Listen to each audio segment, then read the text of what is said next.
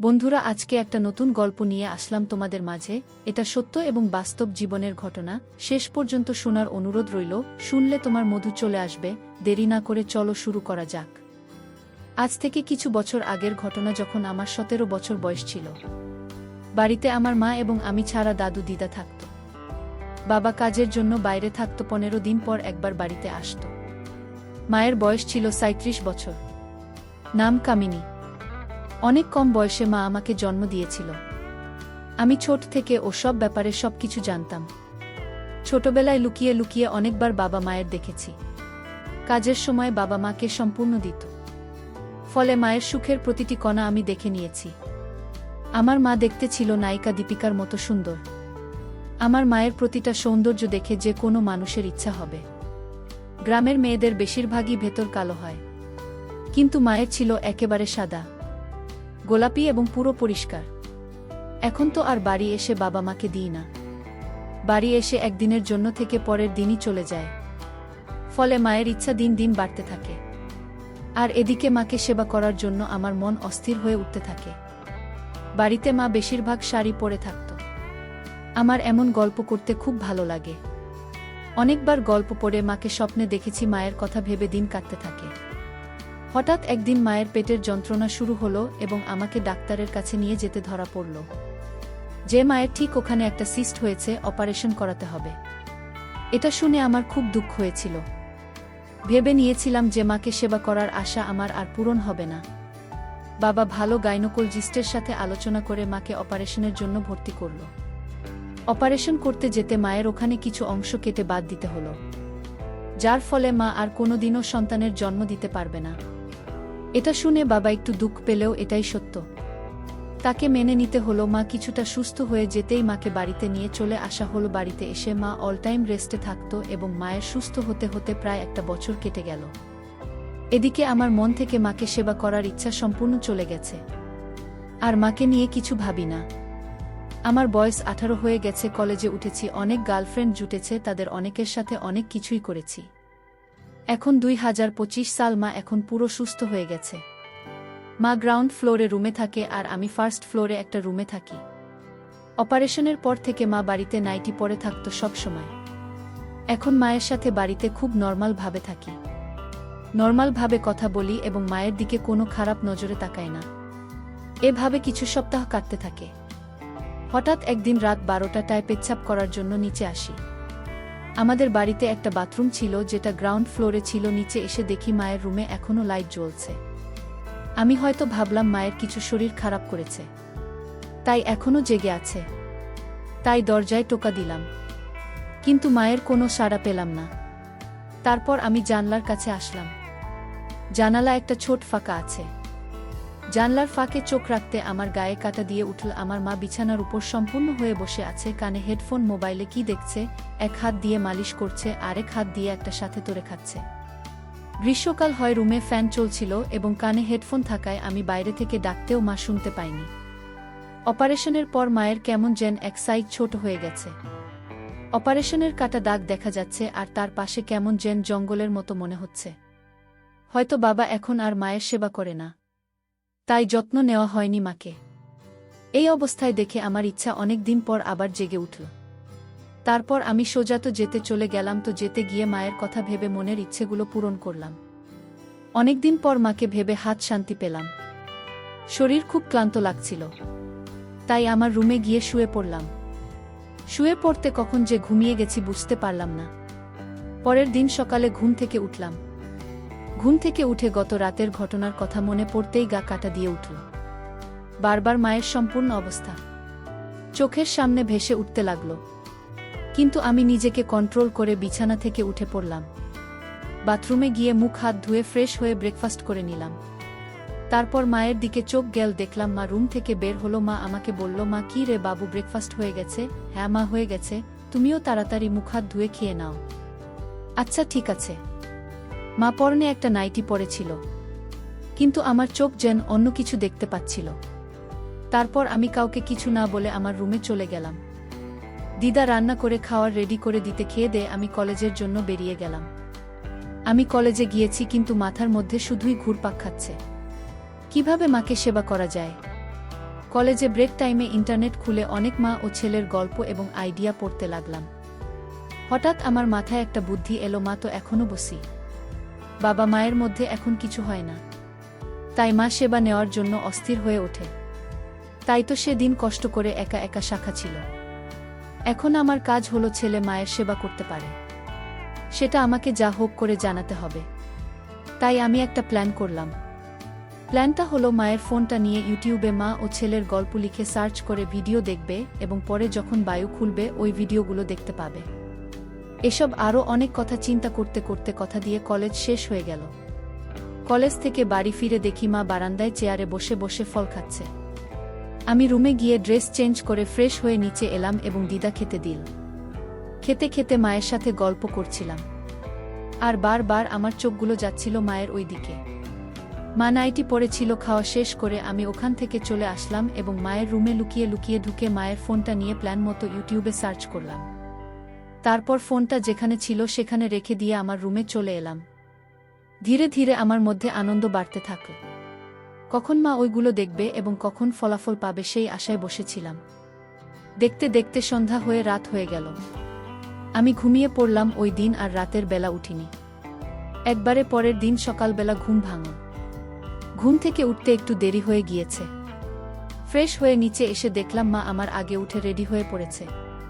মাকে দেখে একেবারে নর্মাল মনে হচ্ছিল। আমার মনটা একটু উদাস হয়ে পড়েছিল। মনে মনে ভাবলাম আমার প্ল্যান কাজ করে না। মা আমাকে দেখতে পেয়ে বলল, কিরে আজকে উঠতে এত দেরি হলো? এমনি দেরি হয়ে গেল। মামা একটু ভুরু কুঁচকে আমাকে বলল, গত রাতে মাঝ রাতে বাইরে উঠেও পরের দিন সকালে তাড়াতাড়ি উঠে পড়ি, আর আজকে রাতে সারারাত ঘুমিয়েও ঘুম থেকে উঠতে দেরি হয়ে গেল। তারপর মা আমার দিকে তাকিয়ে মুচকি হাসল। মায়ের এই কথা শুনে আমি তো পুরো অবাক হয়ে গেলাম। মা কি করে জানো যে আমি আগের দিন মাঝরাতে উঠেছিলাম? তাহলে কি মা আমাকে জানালা দিয়ে দেখার সময় দেখে ফেলেছে না? তা কি করে হয়? মা তো তখন নিজের কাজে ব্যস্ত ছিল। তাহলে মা কি বোঝাতে চাচ্ছে? এসব আরও কথা মাথার মধ্যে ভাবতে থাকলাম। তারপর মা বলে উঠল, কি রে বাবু, কি এত ভাবছিস? না তেমন কিছু না। আচ্ছা ঠিক আছে, খেতে বস। তোর দিদা আর দাদু আজকে একটু বাইরে গেছে, ফিরতে দেরি হবে। আর আমি আজকে তোর জন্য সুজির হালুয়া বানিয়েছি, খেয়ে দেখ কেমন লাগে। আমি কিছু না বলে চুপচাপ চেয়ারে বসে খাওয়ার জন্য প্রস্তুত হলাম। মা আমাকে থালায় কিছুটা সুজির হালুয়া দিল এবং নিজেও কিছুটা নিয়ে আমার পাশে খেতে বসল। আজকের মাকে কিছুটা অন্যরকম লাগছিল। কিন্তু হঠাৎ খেতে খেতে আমার চোখ চলে গেল মায়ের দিকে। মা আজকেও নাইটি পরেছিল, তবে আজকে মাকে অন্যরকম সুন্দর লাগছিল। আরও স্পষ্টভাবে বোঝা যাচ্ছিল। আমার ছোট বাবাজি ধীরে ধীরে বড় হতে লাগল। কিন্তু আমি নিজেকে সামলে নিলাম, কারণ পাশে মা বসে আছে। আমি চুপচাপ অনেক খেতে শুরু করলাম। হঠাৎ না বলে উঠল, বাবু তোকে একটা আজকে কাজ করে দিতে হবে আমার। কি কাজ মা? আমার অপারেশনের পর যে কাটা দাগ রয়েছে ওটা ভাল হওয়ার জন্য। ওখানে প্রত্যেক দিন একটা মলম লাগাতে হয়। তোর দিদা প্রত্যেক দিন লাগিয়ে দেওয়া। আজকে তো তোর দিদা বাড়িতে নেই, তাই তোকে আজকে লাগিয়ে দিতে হবে। এই কথা শোনার পর আমি নিজের কানকে বিশ্বাস করতে পারছিলাম না। তারপর আমি কিছুটা অবাক হয়ে বললাম, আচ্ছা ঠিক আছে মা, আমি লাগিয়ে দেব। কখন লাগাতে হবে বলো? দুপুরের স্নান করে খেয়ে দে তো রুমে চলে যাবি। আমার খাওয়া দাওয়া হয়ে স্নান হয়ে গেলে তোকে আমি ফোন করে ডেকে নেব। আচ্ছা ঠিক আছে মা। তারপর আমি ওখান থেকে সোজা আমার রুমে চলে এলাম। মনে মনে ভাবতে লাগলাম, জীবনে প্রথম একটা নতুন অনুভূতি হবে। আমি অস্থির হয়ে উঠছিলাম। তখন একবার দুপুর হবে, তখন একবার মায়ের কাছে যাব। দেখতে দেখতে দুপুর হয়ে গেল। স্নান করে খেয়ে দিয়ে আমি রুমে চলে এসে মায়ের ফোনের অপেক্ষা করতে থাকলাম। হঠাৎ ফোনে রিং বেজে উঠল। দেখলাম মা ফোন করেছে। ফোনটা ধরলাম। আমার রুমে আসতে বলল। আমি ফোনটা রেখে রুমের কাছে চলে এলাম। রুমের সামনে এসে দেখি দরজা খোলা রয়েছে। আমি রুমের ভেতরে ঢুকলাম। রুমের ভেতরে ঢুকে দেখি মা একটা নাইটি পরে বিছানায় শুয়ে আছে। মা আমাকে দেখে বলল, বাবা রুমের দরজা লাগিয়ে দেয়। আমি দরজাটা লাগিয়ে দিলাম। তারপর মা আমাকে বিছানায় উঠে আসতে বলল। আমি বিছানায় উঠে মায়ের পাশে গিয়ে বসলাম। কি ঘটতে চলেছে আমি কিছুই বুঝতে পারছিলাম না। আমি চুপচাপ বসে রইলাম। মা আমাকে বলল, টেবিলে মমতা রাখা আছে, নিয়ে আসতে। আমি নিয়ে এসে মাকে দিলাম। তারপর মা সম্পূর্ণ হলো, এটার জন্য আমি একদম প্রস্তুত ছিলাম না। আমি হাঁ করে মায়ের দিকে চেয়ে বসেছিলাম। মা আমাকে হাত ধরে নাড়া দিয়ে বলে উঠল, ও রকম করে হা করে কি দেখছিস, এই ধর্ম নিয়ে মালিশ করে দেয় এই জায়গাটায়। আমি মায়ের হাত থেকে মলমটা নিয়ে কিছুটা মলম বারো করে হাতে নিয়ে উপর দিলাম। তারপর আস্তে আস্তে ক্ষতস্থানে মালিশ করতে লাগলাম। আর এদিকে আমার ছোট বাবাজি বড় হয়ে গেছে। আমি নিজেকে সামলে নিয়ে চুপচাপ বসে মালিশ করতে লাগলাম। মায়ের সেবা করতে পেরে আমারও অনেক ভাল লাগছে। তারপর মা আমাকে ব্যাগ থেকে একটা ক্রিম ও মালিশ তেল আনতে বলল। আমি মায়ের কথামতো এনে মাকে দিলাম। তারপর মা আমাকে ক্রিমটা আমার হাতে দিয়ে বলল, বাবু জানিস, অপারেশনের পর আমারও একটু দুর্বল হয়ে পড়েছে, তাই কিন্তু ডাক্তার দিয়েছে মালিশ করার জন্য। এই ক্রিমটা নিয়ে আমার এখানে মালিশ করে দে। আমি নিজের চোখ আর কানকে বিশ্বাস করতে পারছিলাম না। আমি হাতে কিছুটা ক্রিম নিয়ে মেসেজ করলাম। তারপর হাত দিয়ে আস্তে করে স্পর্শ করলাম। এদিকে আমার ভেতর লাফালাফি করতে লাগল। আমি বুঝতে পারছি ভালোমতো মায়ের সেবা করতে পারলেন না, সুস্থ হয়ে যাবে মালিশ করতে করতে। হঠাৎ মায়ের মুখের দিকে লক্ষ্য করলাম। দেখলাম না চোখ দুইটা বুঝি ঘন ঘন নিঃশ্বাস নিচ্ছে। আসলে আমার মতো করে দাও কখনো মায়ের সেবা করত না। মায়ের নিঃশ্বাস ঘাট হয়ে আসছে, বুঝতে পারলাম মায়ের সেবা নেওয়ার ইচ্ছা ধীরে ধীরে বাড়ছে। তারপর আমি মায়ের দিকে তাকাতে মায়ের চোখে চোখ পড়ে গেল। মা আমার দিকে তাকিয়ে আছে আর মুচকি মুচকি হাসছে। মা বলল, বাবা, আমার এত সেবা যত্ন করলি আমি ভাবতেই পারিনি তুই আমার সেবা করবি। মায়ের কথা শুনে আমি একটু লজ্জায় পেলাম। মা বলল, সেদিন তো মাঝ রাতে লুকিয়ে লুকিয়ে খুব আমাকে দেখছিস, আমার মজা নিচ্ছিলেন, আর এখন লজ্জা পেলে হবে। মায়ের এই কথা শুনে বুঝতে পারলাম যে একদিন নিশ্চয়ই মা আমাকে দেখেছে। আমি মাকে জিজ্ঞাসা করলাম, তুমি কিভাবে দেখলে? মা বলল, আমি সব জানি, তুই যে আমার সেবা করতে চাই আমি তা অনেক আগে থেকেই জানি। আমার অপারেশন এর আগেও তোর বাবা যখন আমাকে সেবা করত তখন লুকিয়ে লুকিয়ে দেখতাম, সেটাও আমি জানি। মায়ের এইসব কথা শুনে আমি পুরো চুপ হয়ে গিয়েছিলাম, মনে মনে লজ্জা পাচ্ছিলাম।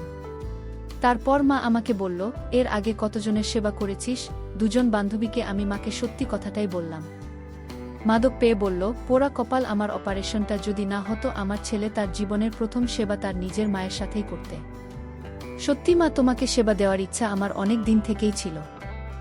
আর অপেক্ষা করাও না। প্রায় 1 ঘন্টা মায়ের সেবা করলাম। মায়ের সেবা করতে গিয়ে খুব ক্লান্ত হয়ে গেছি। মা বলল, নিজের মায়ের সেবা করতে পেরে কেমন লাগল? খুব ভাল লাগল মা। আবার রাতে হবে তো? রাতে তো পাশের রুমে দাদু দিদা থাকবে, আওয়াজ হলে তো সব শুনতে পেয়ে যাবে, তাহলে তুমি উপরে আমার রুমে চলে আসবে। মা বলল, আচ্ছা ঠিক আছে। মা, তুমি এখানে তা পরিষ্কার করো না কেন? আগে কত সুন্দর করে পরিষ্কার করে রাখতে। পরিষ্কার করে রাখলে জায়গাটা খুব সুন্দর লাগত। তোর দরকার তুই পরিষ্কার করেননি।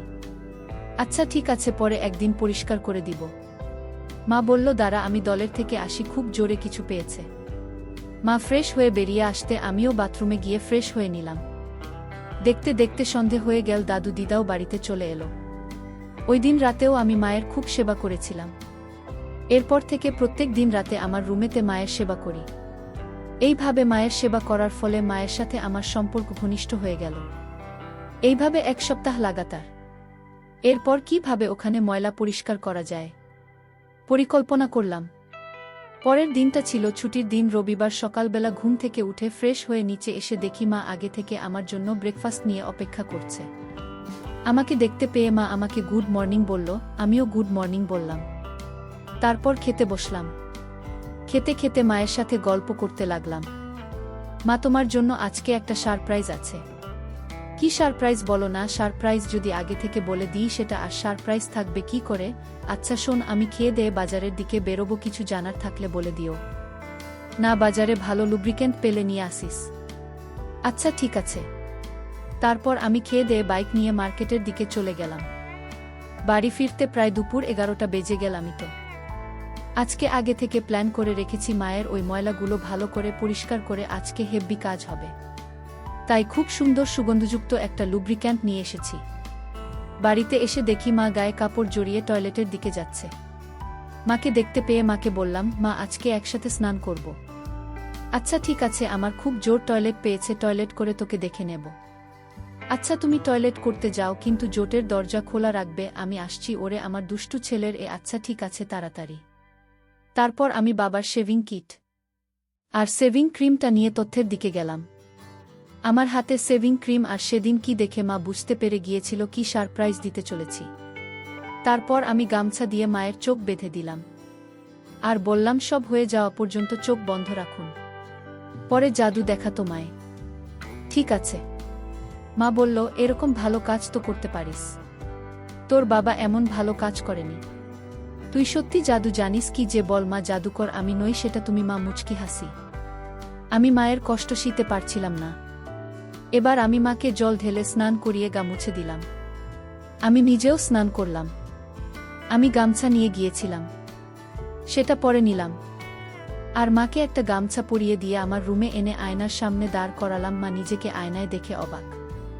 এটা কি সত্যি? আমি বিশ্বাস হলো না। মা নিজের চোখে নিজের পরিষ্কার দেখে অবাক। সত্যি তো পরিষ্কার দেখে আজ আমাকে সত্যি খুব ভালো লাগছে। এবার দুজনেই রেডি হয়ে নিলাম। দিদা আমাদের জন্য ভাত বেড়ে রেখে দিয়েছিল। দুজনেই দুপুরের খাবার খেয়ে নিলাম। আমার প্রথমে খাওয়া হয়ে যেতে আমি আমার রুমে চলে এসেছি, এসে শুয়ে পড়েছি। কিছুক্ষণ পর দেখি পেছনে পেছনে মাও আমার রুমে এল। আমি মাকে দেখতে পেয়ে বললাম, কিন্তু দুপুরে ঘুমোবেন না? না রে, ঘুমাতে ইচ্ছা করছে না, ভেতরটা এখনো কেমন যেন করছে। আর একটু মায়ের সেবা কর। আবার সেবা করব? হ্যাঁ, কেন? তুই কি আমার সেবা করতে পারবি না? তোর বল শেষ, তুমি যখন বলবে তখনই তোমার সেবা করার জন্য আমি প্রস্তুত। আহারে আমার লক্ষ্মী ছেলেটা। মা বলল, এভাবে আমি বেশিক্ষণ থাকতে পারবো না, যা করার তাড়াতাড়ি করবি।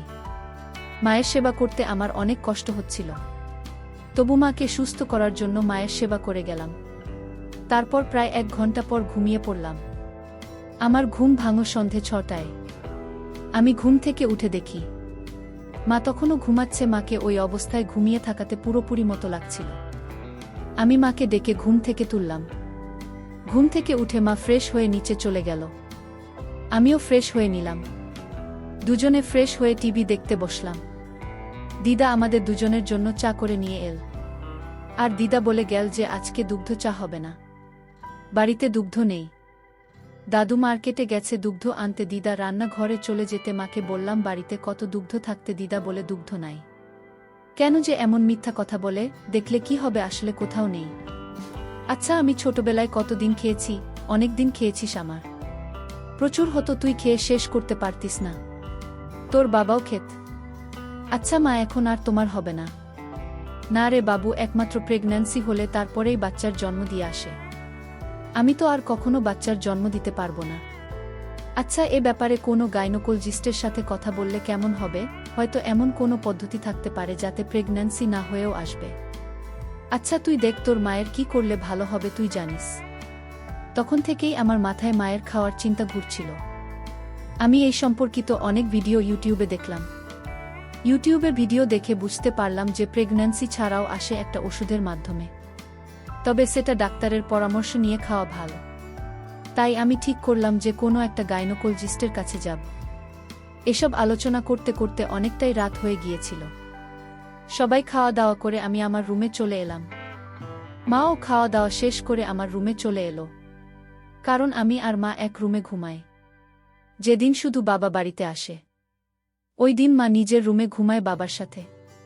ছুটির দিন রবিবারটা আমি মায়ের সেবা করার মাধ্যমে খুব ভালোই কাটল।